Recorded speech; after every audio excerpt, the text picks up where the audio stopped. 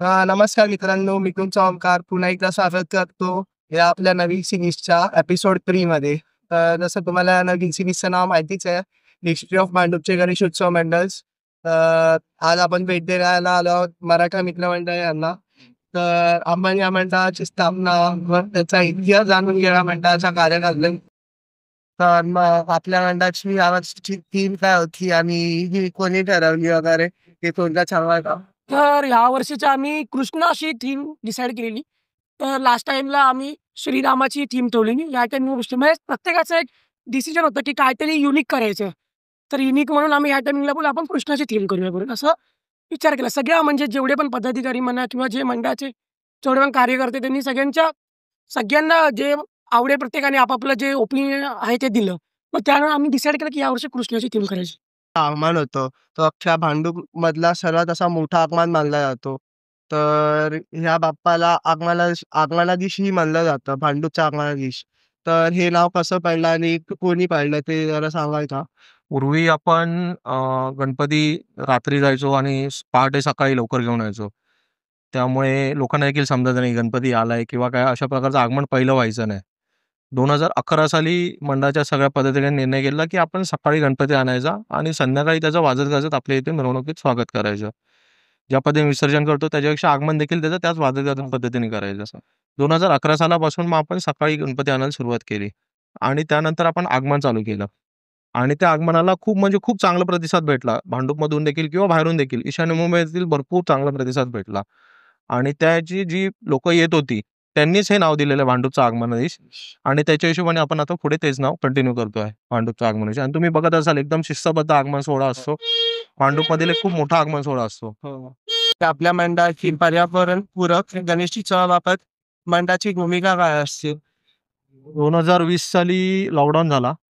त्यानंतर निर्बंध आले गणेशोत्सवावर. 4 फुटाची गणेश मूर्ती. त्यावर्षी मूर्तिकार राजन झाड यांनी अशी भूमिका घेतली, की आपण कागदी लगद्यापासून गणपतीची मूर्ती बनवायची म्हणून. आणि ते सलग 2 वर्ष आपण कागदी लगद्याची मूर्ती आणली. त्यानंतर जे निर्बंध होते ते उठले आणि त्यानंतर आपण मोठी मूर्ती आणायचं ठरवलं. मग त्यावर्षी आपण राजन झाड यांना विचारलं, की आता आपण कागदी लगद्याची जी बनवली, तशामध्येच आम्हाला मोठी मूर्ती भेटेल का कागदी लगद्याची? तर ते बोलले, "नक्कीच मी त्याच्यात बनवून तुम्हाला देऊ शकतो." मग त्या वर्षापासून आतापर्यंत आपण कागदी लगद्याचीच मूर्ती आणतो आहोत. आणि त्यातला कलर देखील आपण नॅचरल वापरतो. म्हणजे झाडांपासून युक्त होतात कलर. ते कलर त्याला वापरले जातात आणि ते एक 3 ते 4 तासात पूर्णपणे विरघळते. हां, सर. तर मग जसं की आता जी नवीन तरुण पिढी असते, की ह्या गणेशोत्सवाला घेऊन अशी खूप अशी उत्सुकता असते त्यांच्यामध्ये.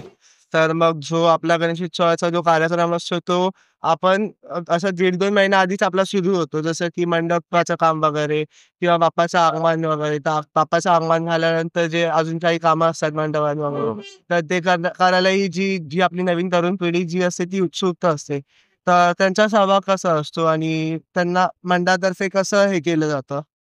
नक्कीच मंडळातर्फे पहिल्यापासून आम्ही तरुण पिढीला प्रोत्साहन देतो. कोणतीही गोष्ट असेल, कोणताही कार्यक्रम असेल, आम्ही तरुण पिढीला प्रोत्साहन देतो, की तुम्ही या पुढे, तुम्ही येऊन कार्यक्रम करा. त्यानंतर आत्ता जो तुम्ही म्हणायला गेलात, तर तरुण पिढी आजकालची रील, फोटोग्राफी याच्यातच पूर्णपणे अडकलेली आहे. त्यामुळे आम्ही पहिल्यापासून जी आमच्याकडे मुलं आहेत, त्यांना आम्ही पहिले देतो, की आपण समाजासाठी काम करतो. त्यामुळे आपण समाजाला काहीतरी देणं लागतो, पहिली गोष्ट म्हणजे. त्यातून समाज प्रबोधन किती होतंय मंडळातर्फे, ते पहिली गोष्ट आम्ही पहिली महत्त्वाची घेतो. मंडळातर्फे पहिलं समाज प्रबोधन झालं पाहिजे. विभागातील नागरिक आहेत, त्यांना पहिलं सहकार्य करा तुम्ही किंवा कोणत्याही बाबतीत त्यांना अडचण असेल, त्याच्या आधी सहकार्य करा. हे आमचं पहिलं प्राधान्य असतं. आणि कार्यकर्त्यांना आम्ही पहिला सहभागी करून घेतो प्रत्येक ह्याच्यात. कार्यकर्ता आमचा प्रत्येक सहभागी असतो. कोणतंही काम असो किंवा काही असो. कार्यकर्ता आमचा प्रत्येक नेहमी सगळ्या कामात अग्रेसर सहभागी असतो. तर तर आता मग आपल्या मंडळाचे गणेशोत्सवाच्या निमित्त जे सामाजिक कार्यक्रम निभावले जातात मंडळांतर्फे, तर आपल्या इथे ते कसे निभावले जातात ते थोडक्यात सांगशील का? ते लहान मुलांच्या स्पर्धा देखील घेतल्या जातात. गणेशोत्सवादरम्यान म्हणाल आरोग्य शिबिर म्हणा. तर गुरुवार 4 तारीखला 4 सप्टेंबरला सकाळी 10 वाजल्यापासून दुपारी 2 वाजल्यापासून तिथे आपण आरोग्य शिबिर आयोजित केलेलं आहे. त्याच्यात विविध प्रकारच्या याचे चेकअप होणार आहेत. आता आपण या दादाला विचारून घेऊया, की मंडळाच्या कार्यक्रमात सहभागी होताना सर्वात मोठा आनंद त्याला कशात मिळतो? पहिली गोष्ट म्हणजे आम्हाला गणपती ही आवड आम्हाला लहानपणापासून आमच्या वडिलांनी किंवा आमच्या ह्यांच्या वडिलांनी आम्हाला सगळ्यांनी लहानपणापासूनच लावली. तर आम्हाला हा गणपती म्हणजे आमचं सगळं हे सर्वस्व आहे आमचा. तर आम्हाला सगळ्यांनाच आवडतं गणपतीची सेवा करायला. हाच आमचा पांडुरंग, हीच आमची पंढरी. तर आता मग गेल्या काही वर्षातील एखादी खास आठवण आमच्यासोबत शेअर करायला तुम्हाला काय आवडेल का? खास आठवण बोलायची म्हणलं तर आपण एक परंपराच आहे आमची, की आम्ही गणपती जो आणतो, तो खांद्यावरनं आणतो. राजन झाडचे आमचे मूर्तिकार आहेत, त्यांच्या इथून. ती तर आमची दरवर्षी म्हणजे नवीन-नवीन तुम्ही बघत असाल भरपूर व्हिडिओ वगैरे असतात, तर ती आमची आठवण तर कायमस्वरूपी राहतेच ती. आणि यावर्षी म्हणजे झालं म्हणजे आगमन सोहळ्यात असताना एक ॲम्ब्युलन्स येत होती. तर कार्यकर्त्यांनी वगैरे पूर्ण म्हणजे चांगली मदत कार्य करून त्या ॲम्ब्युलन्सना पास होऊन दिलं. तर अशा प्रकारे एक आठवण आहेच. त्याचप्रकारे आपण बघाल तर आपला गणपती आणताना जो लालबागवरनं येतो परिसरवरून, हो. त्याच्यामध्ये अशी भरपूर जण आहेत, की वाट बघत असतात, की कधी गणपती येतोय, मंडळाचा गणपती कधी येतोय, तर ती सगळेजण अशी वाट बघत असतात. तर ती एक आमच्यासाठी एक चांगली आठवण आहे आमची. तर आता आपण दादाला विचारूया, की पुढील येत्या काही वर्षात काही मंडळातर्फे नवीन उपक्रम राबवले जाणार आहेत. तर त्याच संदर्भात आपण दादाकडून थोडी माहिती घेऊया. दादा सांग. नवीन उपक्रम म्हणजे एक पहिली गोष्ट म्हणजे रुग्णवाहिका आपण पहिली चालू करणार आहोत. कारण पूर्ण आपल्या इथे पहिला तुम्ही तर मिडल क्लास फॅमिली सगळे राहतात आणि ॲम्ब्युलन्स वगैरे खूप गरजे होते. त्यामुळे मंडळाचं पहिलं प्राधान्य हे ॲम्ब्युलन्स असेल आणि भांडूप विभागात खूप अशी कमी हे आहेत संस्था आहेत ज्या ॲम्ब्युलन्स हे करतात. त्यामुळे पहिलं प्राधान्य असेल ॲम्ब्युलन्सचं. दुसरं प्राधान्य म्हणजे विभागातील मिडल क्लास लोकांची किंवा गरजू लोकांची अशी हे लक्षात घेता आपण इथे अ, भारत विकास परिषद यांच्या अंतर्गत इथे मोफत विद्यार्थ्यांसाठी आपण क्लास चालू केला आहे. तो देखील चालू आहे. तो आपण एका मोठ्या पातळीवरती आपल्याला चालू करायचा आहे. तो सगळं पूर्णपणे मोफत असतो. 1ली ते 10वी पर्यंतचे विद्यार्थी इथे येऊन अभ्यास करू शकतात. तो पूर्णपणे मोफत आपण इथे पुरवला जातो. त्याच्यात त्यांना अभ्यासाचे साहित्य वगैरे पण पुरवले जातात. त्यानंतर एक वाचनालय म्हणजे लायब्ररी म्हणाल, कारण मुलांसाठी पुस्तकं वह्या घेणं एवढं परवडत नाही. कारण आजकाल वह्या पुस्तकांचे भाव देखील वाढलेले आहेत, तेवढं मुलांना परवडत नाही. मग ते देखील एक वाचनालय आपण इथे बाजूला चालू करायचं चालू आहे.